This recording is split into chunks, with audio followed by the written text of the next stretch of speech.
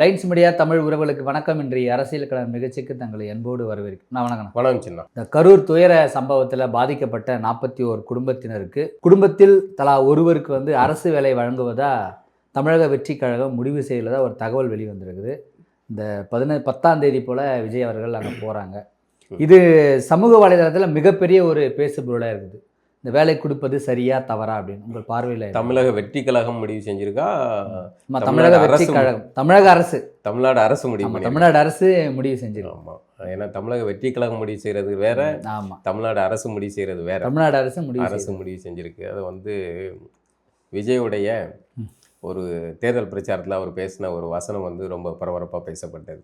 அது திமுகவை பார்த்து திமுகவுடைய அன்னாரிவாளையத்தை குறித்த ஒரு வசனம். அது ஊராம் வீட்டு நெய்யில் உங்கள் வீட்டுக்கு ஸ்வீட் செய்யக்கூடாது ஸ்டாலின் சார் அப்படின்ட்டு ஒரு வசனம் ரொம்ப பரவலாக இருந்துச்சுல்ல. இப்போ அந்த வசனம் தான் நமக்கு நினைவுக்கு வருது. ஊராம் வீட்டு நெய்யில் நீங்கள் உங்கள் கட்சிக்காக உங்களுடைய பிரச்சாரத்தில் இறந்தவர்களுக்கு நீங்கள் அரசு வேலை கொடுக்குறீங்க அப்படிங்கிற மாதிரி தான் இது தோணுது. எந்த வகையில் பார்த்தாலும் இது ஏற்புடையது அல்ல. பொதுவாக நீங்கள் ஒரு சாலை விபத்து இந்த மாதிரியான விபத்துகளில் நடக்கும்போது ஒரு மரணங்கள் தள்ளுறவங்களுக்கு ஒரு அந்த கருணையின் அடிப்படையில் வேலைகள் கொடுக்கறதுங்கிறது இயல்பானது. ஆனால் இந்த சம்பவத்தை நீங்கள் அப்படி எடுத்துக்க முடியாது. இந்த சம்பவம் இப்போ ஒரு வேறு மாதிரியான ஒரு நிகழ்வு அப்படின்னா நம்ம அதை இது பண்ணிக்கலாம். இப்போ இதை ஒப்பிட்டு பாருங்களேன். கள்ளக்குறிச்சியில் ஒரு 60க்கும் மேற்பட்டவர்கள் திமுக ஆட்சியில் கள்ளச்சாராயம் குடித்து மரணத்தை தள்ளுனாங்க. அப்போ திமுக அரசு ஒரு 10 லட்சம் ரூபாய் உடனடியாக இப்போ கேள்வி என்னென்னா, ஒரு பேருந்து ஓட்டுநர் திடீர்னு அவருக்கு சடனாக ஹார்ட் அட்டாக் வருது. அந்த சமயத்தில் கூட அவர் கொஞ்சம் புத்திசாலித்தனமாக வண்டியை ஓரம் கட்டிட்டு அப்படியே அந்த ஸ்டீரிங்கில் படுத்து இறந்து போகிறார். அந்த மனிதருக்கு 3 லட்சமோ 5 லட்சமோ ஏதோ ஒன்று பணி இந்த பணங்கள் அதெல்லாம் சேர்த்து ஒரு 5 லட்ச ரூபாட்ட கொடுக்குறாங்க. ஆனால் ஒரு கள்ளச்சாராயம் குடித்து இறந்து போனவர்களுக்கு அரசியலை மறக்கடிக்கிறதுக்கு, அந்த சூழலில் உருவாகிற விமர்சனங்கள் அதை மறக்கடிக்கிறதுக்கு உடனடியாக 10 லட்சம் நிவாரணம். நீங்கள் சொல்கிற இந்த இரண்டு நிகழ்வுகளுமே இது அரசோடு தொடர்பு உள்ளது. ஆமாம், அது தனிநபர் சம்மந்தம் இல்லை. ஒரு தனிநபர் போனார், அவருக்கு விபத்து ஏற்பட்டுச்சு, அதனால் நடக்கிறதுக்கும் இல்லை அரசு இதில் பாதிக்கப்படுது. அதை தான் சொல்கிறேன். இப்போ ஒரு தனிநபர் வாகனம் ஓட்டி அவர் அப்படியே மல்லாக்க விட்டு போயிருக்கலாம்ல வண்டியை. கூட வண்டியில் இருக்கிற 60 பேரும் செத்துருப்பான்ல, போய் சேர்ந்துருப்பான்ல. ஆனால் அதை அந்த சமயத்தில் அவர் தன்னுடைய உயிரை கூட போனாலுங்க பரவாயில்லன்னு ஓரங்கட்டி இறந்து போகிறாருல்ல. இப்படி ஒரு இதாக செயல்படக்கூடியவர்களை நீங்கள் ஒரு அரசு அவங்க குடும்பத்தில் இருக்கவங்களுக்கு வேலை அப்படின்னு கொடுக்கும்போது அது உண்மையிலே எல்லாராலும் பாராட்டப்படக்கூடியது. ஆனால் குடிச்சா செத்து போவோன்னு தெரியும், கொழுப்பெடுத்து போய் குடிக்க போகிற குடிகார பயல்களை நீங்கள் அவர்களுக்கு நிவாரண நிதி கொடுப்பது இல்லை, அவங்களுக்கு கொடுக்கல. அதான் நீங்கள் இப்படி சொல்லி அதை இது பண்ணி நியாயப்படுத்த முடியாது. குடும்பத்துக்கார அவன் குடிச்சா அவன் செத்தான், அதுக்கான இதை குடிக்க வச்சது அரசு. அந்த குடும்பம் நடுத்தவரில் இல்ல, குடும்பம் அது அவங்களுடைய குடும்ப இது பொறுப்பு. எப்படிங்க அது குடும்பமும் எல்லா குடும்பமே நடுத்தருவில் தாங்க இருக்கு. ஒவ்வொரு குடும்பத்துக்கு நீங்க இது பண்ணிட்டு இருக்க முடியுமா? ஒவ்வொரு குடும்பமுமே அவங்கவுங்க வேலை இல்லை, விவசாயம் இல்லை, பணி இல்லை அப்படின்னா ஒவ்வொன்றுமே வாழ்வாதாரத்தை முன்னேற்றத்துக்காக அப்ப எல்லா பேரும் குடிச்சிட்டு சாவ சொல்றீங்களா? எல்லா பேரும் குடிச்சிட்டு சாவணும்னு சொல்றீங்களா? என்ன சொல்ல வருது அரசு? இது அந்த சமயத்துல விமர்சனமானது 10 லட்ச ரூபா. ஆனா அரசு கூச்சப்படல. ஆனா அதே வேற ஒரு விபத்து நடக்குது, அதுக்கு 3 லட்ச ரூபா கொடுக்குறாங்க. அப்போ விபத்துல மரணிக்கிற அப்படிங்கிறது பொதுவாக தானே இருக்கணும். நீங்க அங்க குடிச்சு இறந்தவர்கள் குடும்பத்துக்கு 10 லட்சம் கொடுத்தீங்கன்னா ஒரு சாலை விபத்துல இறந்து மரணித்து போறவருக்கும் நீங்க 10 லட்சம் தானே கொடுக்கணும். ஒரு தென்காசியில இங்கே ஒரு விபத்து நடத்தி ஒரே குடும்பத்தை சேர்ந்த 7 பேர் இறந்து போனாங்க. அப்போ அவங்களுக்கும் 10 லட்சம் அறிவிச்சிருக்கணும்ல, நீங்க ஏன் செய்யலை? அப்போ எதை அரசு ப்ரமோஷன் பண்ணுது அப்படிங்கிறத பொறுத்து இருக்கு. இப்போ இந்த விஜய் பஞ்சாயத்து வரும். இப்போ விஜய் இவருடைய ரசிகர்கள், இவர் வர்றாரு, ஒரு நடிகர் ஒரு தேர்தல் பிரச்சாரத்துக்கு வர்றாரு. அவரை பார்க்கறதுக்காக மக்கள் திரள் அங்கே கூடுறாங்க. அங்கே அசம்பாவிதம் நடக்குது, சில விஷயங்கள் நடக்குது. அது மறைபொருளாக இருக்குது, அது இன்னும் விசாரணையில் இருக்குது. அது யார் செஞ்சா, சதி திட்டமா, யார் செஞ்சாங்கிறலாம் விசாரணையில் முடிவில் வெளிவரும். இப்போ அந்த விபத்தில் மரணிச்சு போகிறவங்களுக்கு தாவேகா சார்பில் விஜய் சார்பிலையும் நிவாரண நிதி கொடுக்கப்பட்டது. அப்போது இருந்த அரசும் நிவாரண நிதி கொடுத்தது. அதோட முடிச்சுக்கிட வேண்டியதான். இப்போ அதுக்கு அரசு பணி கொடுக்க வேண்டிய தேவை என்ன இருக்குது? அப்போ ஆட்சி மாற்றம், இப்போ ஆட்சி மாற்றம் வரல, திமுக தான் மீண்டும் இதில் இருக்குது. யாருக்காவது கேள்வி எழுமா? திமுக சரி இன்னைக்கு சொல்ற மாதிரி வச்சுக்குவோம். ஒருவேளை திமுக வெற்றி பெற்றிருந்து ஸ்டாலின் அவர்கள் அந்த 41 வேலையை கொடுத்திருந்தா அது ஒரு பெருந்தன்மை பேசிருக்க மாட்டேங்க. இல்ல, அப்பவும் எதிர்க்க தான் செய்வோங்கிறேன். அப்ப கொடுக்க மாட்டாங்க. கொடுக்கறதா இருந்தா விபத்து நடந்த உடனே கொடுத்துருப்பாங்க சார். ஆனா விபத்து நடந்து இத்தனை நாட்கள் ஆயிப்போச்சு, ஆட்சி மாற்றம் ஆயிட்டு இப்போ உங்க ஆட்சி வராம இருந்துருச்சுன்னா விஜய் இந்த இதை செய்வாரா? இந்த நிறைய நலத்திட்டங்களை நிவாரண நிதியோட முடிஞ்சு அது கடைசி வரைக்கும் நாங்க பாத்துக்கிடுவோம், அந்த குடும்பத்தை எல்லாம் பாத்துக்கிடுவோம் அப்படின்னு அறிவிச்சிட்டாங்க, வச்சுட்டாங்க, கட்சி பொறுப்பேற்றுக்கிடுன்னு சொல்லிட்டாங்க. இது வந்து ஒரு இதானது, செயல்பாட்டுக்குரியது. இது அதிகாரத்துல இல்லாத போது அவங்களால என்ன முடியுமோ அதை செஞ்சாங்க. அது அவங்க இப்ப அதிகாரத்துக்கு வந்துட்டாங்க, அவங்க பொறுப்பு சார். இப்ப என்ன சரி அதிகாரத்துக்கு வந்துட்டனால நீங்க வந்து என்ன நீங்க சொன்னாலும் பாதிக்கப்பட்டது மக்கள் தானே. மக்கள் தான் பாதிக்கப்பட்டாங்க. மக்கள் யாராவது வந்து சொன்னாங்களா சார் இந்த கூட்டத்துல போய் நடிகரை போய் பார்த்து சாவுங்கன்னு சொன்னாங்களா சார்? இல்ல, அதுக்கு பாதுகாப்பு கொடுக்க வேண்டியது அரசு தானே. அரசு பாதுகாப்பு கொடுக்கும். அங்க போனா விபத்து நடக்கும்னு தெரியும்ல. இவ்வளவு திரள் இருக்கு, மூச்சு விட முடியாத அளவுக்கு நெருக்கடியா இருக்கு. நீங்க கூட்டத்துல கட்டுப்படுத்திருக்கணும், கூட்டத்தை இந்த அளவுக்கு உருவாத அளவுக்கு நீங்களே கட்டுப்படுத்திருக்கணும். அது கடந்த அரசு செய்த தவறு. கடந்த அரசு செய்த அப்ப அரசு பண்ண தப்புக்கு இப்ப இன்னொரு அரசு நீங்க ஏன் சார் போறீங்க? நான் கேக்குறேன், ஒரு உங்களுக்கு பாதுகாப்பு நீங்க சொல்ற போய் பார்க்க கூடாது போல யாரும் போக கூடாது, நீங்க போக கூடாது. நீங்க வரீங்க, அவருக்கு அனுமதி கொடுக்காதீங்க, கரூர் அனுமதி கொடுக்காதீங்க. கரூர்ல இப்போ ஒரு நடிகர் பிரச்சாரத்துக்கு வர்றாருன்னா அதுக்காக எல்லாரும் போய் நிக்கணும்னு அவசியமா இல்ல. அது நீங்க சொல்றது ஒரு ஆளா திருத்தி இல்ல. ஸ்டாலின் வர்றாருன்னா எல்லாரும் போய் பாக்குறாங்களா? ஸ்டாலின் அவர்களை வரவேணாம்னு சொல்லலாம், ஆனா ஸ்டாலினை பார்க்க வர 1 லட்சம் பேர் வரணும்னு சொல்ல முடியாது. அப்ப நீங்க அதுக்குள்ள முடிவு எடுத்துருக்கணும். சொல்ல முடியாதான். ஆனால் வந்து நீங்களே வருவீங்க, நீங்களே தலைவர், நீங்க முதலமைச்சர் வரீங்க, உங்களுடைய பாதுகாப்பை நீங்க பாதிக்கப்பட்டது நாங்க எங்களுக்கு கொடுக்க மாட்டீங்களா? ஒரு வேலையோட பாதுகாப்பை முடிவு பண்ண வேண்டியது நீங்க தான் முடிவு பண்ணுங்க, சரியா? அப்ப ஒரு பெருந்திரளான கூட்டம் வருது, அது ஒரு திரை பிம்பத்தை பாக்குறதுக்கு போறீங்க, நீங்க வேற ஏதோ ஒரு செயலுக்கு போறீங்க அப்படின்னா வேற.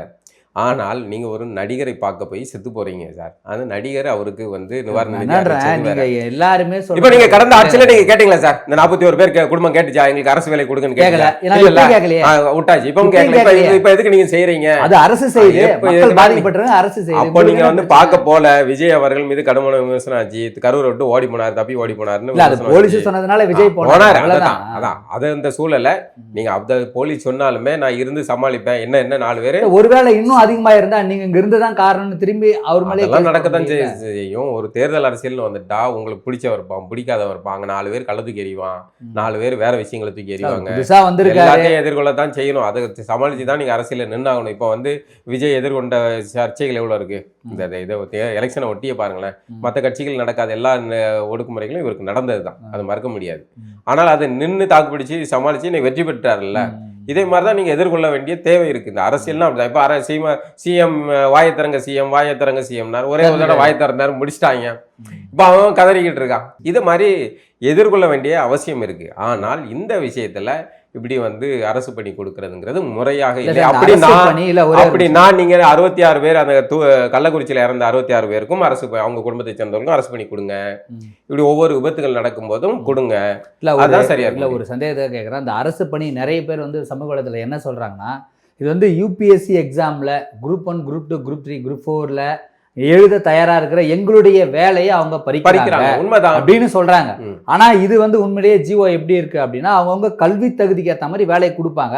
அதற்கு கவர்மெண்ட் கிட்ட அதிகாரம் இருக்குது, அதனால கொடுக்குறாங்க.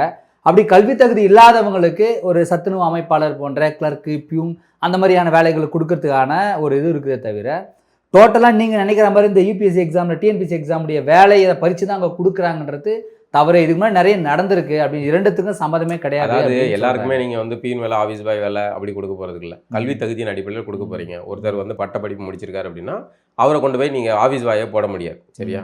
அப்போ அவர் பட்டப்படிப்பு முடிச்சவருக்கு அதுக்கேற்ற மாதிரியான இது. இப்போ இவருக்கு அந்த போஸ்டிங் போடலன்னா அந்த போஸ்டிங் எதில் வந்திருக்கும்? டிஎன்பிசியில் வந்திருக்கும், அந்த லிஸ்ட்ல வந்திருக்கும், அந்த காலி பணியிடத்துல வந்து. அப்படின்னு சொல்ல போனா நீங்க என்ன பண்ணணும்னா, யாருக்குமே வேலை கொடுக்காதுல்ல நீ சொல்லணும். யாருக்குமே வேலை, இனிமே யாருக்குமே அரசு வேலை இந்த மாதிரி கொடுக்க முடியாதுன்னு சொல்லிடுங்க. அப்படி கிடையாது, ஏத்துவோம். அப்படி கிடையாது. எந்த விபத்து அப்படிங்கறத பொறுத்து இருக்கு. எந்த விபத்து கிரைட்டீரியா ஒன்றும் கிடையாது, அரசு பொறுத்து இருக்கு. இப்போ நீங்க வந்து அதை வந்து மற்ற விஷயங்களை நீங்க ஒப்பிடுறது இல்லைல்ல. இப்போ நீங்க மற்ற சாலை விபத்துல இறந்தவர்கள் எல்லாருக்குமே வந்து நீங்க விபத்து கொடுக்குறீங்களா? அவர்களுக்கு அரசு பணி காப்பீட்டு தொகையா கொடுக்குறாங்க, ஒரு தொகை மட்டும் கொடுக்குறீங்க, அதோட நிறுத்திக்கிட்டுறீங்களா சார்? அது மாதிரி இதுலயும் அப்படியே நிறுத்திக்காங்கங்கிறேன். அதை செய்யாத பட்சத்தில் நீங்கள் வந்து இந்த மாதிரி உங்களுடைய அரசியலுக்காக உங்களுடைய பெருந்தன்மையை காட்டுறதுக்காக நீங்கள் இந்த மாதிரி பெருந்தன்மை இதெல்லாம் வந்து தனிநபர் போட்டுறதுக்காக நீங்கள் சொல்றது, இதெல்லாம் வந்து 1000 நாள் பாதிக்கப்பட்டது மக்கள் தான். அந்த குடும்பத்தில் ஒருத்தருக்கு வேலை கிடைச்சா அவங்க அடுத்த வளர்ச்சியை நோக்கி போறதுல உங்களுக்கு என்ன பிரச்சனை? அது கிடையாது. என்னன்னா இது தவறான முன்னுதாரணத்தை உருவாக்குது. அதை தான் திரும்ப திரும்ப சொல்றேன். கள்ளக்குறிச்சியில் இறந்தவர்கள் நீங்கள் 10 லட்ச ரூபா கொடுத்தீங்கன்னா அது கள்ளக்குறிச்சி சம்பவமும் கரூர் சம்பவமும் ஒன்றும் எடுத்துக்க முடியுமா? இல்லை, ஒன்றும் எடுத்துக்க முடியாது. அது வந்து கொழுப்படுத்து போனது, இதுவும் வந்து கிட்டத்தட்ட வந்து அந்த மாதிரி போனது தான். ஒரு இந்த மாதிரியான ஒரு ஜன நெருக்கடியில் நம்ம குழந்தைகளை அப்போ முன்னாள் முதல்வர் ஸ்டாலினை பார்க்கறதுக்கு ஏர் ஷோவில் போயிட்டு ஒரு 4 பேர் இறந்தாங்க. ஆமா, அது எதனால போனது? அது அங்கே போனது வந்து ஸ்டாலினை பார்க்கறதுக்கு போனல, ஏர் ஷோ பார்க்க போனது இடத்துல நடந்த விபத்து அது. சரியா, அது ஒரு அரசுடைய நிர்வாக சீர்கேடால நடந்த விபத்து. அதுக்குமே நிவாரண நிதி மட்டும் தான் அறிவிச்சாங்க. ஆமா, அங்கே தண்ணி இதெல்லாம் வசதி இல்லாத சூழல்ல நடந்த விபத்துகள்ல இருந்தாங்க. அங்கே யாருக்கும் அரசு பணிகள் கொடுத்தாங்களா? இல்லைல்ல. அப்போ இதில் மட்டும் கொடுக்க வேண்டிய தேவை என்ன இருக்குது? இவங்க ஆட்சியை பிடிச்சிட்டாங்க, அதனால கொடுக்கணும் அப்படிங்கிற ஒரு முடிவு எடுத்திருக்காங்க. இது எப்படி பார்த்தாலுமே இது வந்து சரியில்லை, தவறான முன்னுதாரணத்தை உருவாக்கும் அப்படிங்கிறது தான். இந்த கேள்வி நியாயமானது தான். இப்போ நாங்கள் படிச்சிருக்கோம், இதுக்குன்னு மாங்குன்னு உட்காந்து டிஎன்பிசி தேர்வுகள் எழுதுகிறோம், வைக்கிறோம், பயிற்சி எடுக்கிறோம். இதில் நிறைய பேர் என்ன சொல்கிறாங்க, அந்த டிஎன்பிசி குரூப் எக்ஸாம்ஸ் வச்சு நடத்துகிற அந்த இன்ஸ்டியூட் இருக்காங்களே, அவங்களா வந்து இந்த மாதிரி கிளப்பி விடுறாங்க, நம்ம இது கிடைக்காதவங்களுக்கு கிடைக்குதுன்றத ஒரு தவறான அஜெண்டான்றாங்க. ஆனால் அப்படி பார்த்தா நிறைய பேர் இதுக்காக பேசுகிறாங்க. அந்த டிஎன்பிசி நடத்துகிறவங்க இது ஏற்படுத்தி அவங்கள பேசுங்கன்னு சொல்றாங்க. இதுவும் ஒரு விதமான அஜெண்டா மாதிரி தானே இருக்குது. இல்லை, இருக்கலாம். அதில் படிக்கிறவனுக்கு இயல்பாகவே ஒரு கோவம் வரதானே செய்யும். நம்மலாம் படிச்சுக்கிட்டு உட்காந்துக்கிட்டு இருக்கோம், 6 மாதம் 1 வருஷம் 2 வருஷம் உட்காந்து பயிற்சி எடுக்கிறோம், தேர்வு எழுதுகிறோம், ஆனால் நமக்கு கிடைக்க மாட்டேன். அதில் எழுதி தேர்வு ஆகி அதில் முறைகேடு நடக்குது, அதில் 10 லட்சம் 35 லட்சம் தான் வேலைக்கு போகிறாங்க, அதுக்கு பணம் கேட்டு அதை டார்ச்சர் பண்ணுறாங்க. இவ்வளவும் கடந்து பண்ண வேண்டியிருக்கு. ஆனால் இவர்கள் வந்து குடும்பத்தில் யாராவது ஒருத்தர் நடிகரை பார்க்க போய் இறந்து போனால் அவங்க குடும்பத்தில் இதாகுது, அதுக்கு பணம் கொடுக்குறாங்க, வேலையை கொடுக்குறாங்க அப்படின்னா என்ன உதாரணம்? அப்போ நாளைக்கு ஒரு நிகழ்ச்சி நடத்தினா விஜய் வர்றாருன்னா கூட்டத்தில் முண்டி அடிச்சு போவோம், எப்பா இங்கே நமக்கு வந்து உயிர் போனாலும் பிரச்சனை இல்லைடா, நம்ம குடும்பத்துக்கு வேலை கிடைக்கும், பணம் கிடைக்கும் அப்படிங்கிற போது எல்லாரும் நம்ம உயிர் போவோம், நம்ம வேலை கிடைக்கணும். அது இல்லை. இப்போ நீங்கள் அந்த எண்ணத்தை உருவாக்குறீங்கிறேன். வீட்டில் இருக்கப்பா, வீட்டில் சும்மா தானப்பா இருக்காது, ஏதோ ஒரு நடிகர் வர்றாராம், ஒரு மீட்டிங் நடக்கு, போயிட்டு வாப்பா சும்மா அப்படின்னு வீட்டில் இருக்கவங்களே தள்ளி கொண்டு போய் தள்ளி விடுற சூழல் உருவாக்கிறோம் அப்படிங்கிறேன். இது ஆபத்தானது, இதை வந்து தவிர்க்க வேண்டியது. விஜய் அவர்கள் நல்லது செய்தால் வந்து நம்ம பாராட்டலாம்.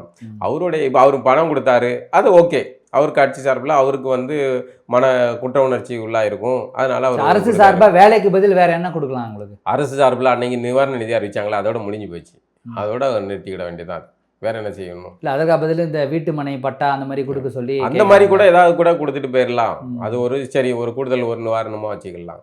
மற்றபடி இந்த மாதிரி அரசு பணியை கொடுக்கறதுங்கிறது ஒரு தவறான முன்னுதாரணம். மீண்டும் ஒரு நிகழ்வு சந்திப்போம்னா. நன்றி.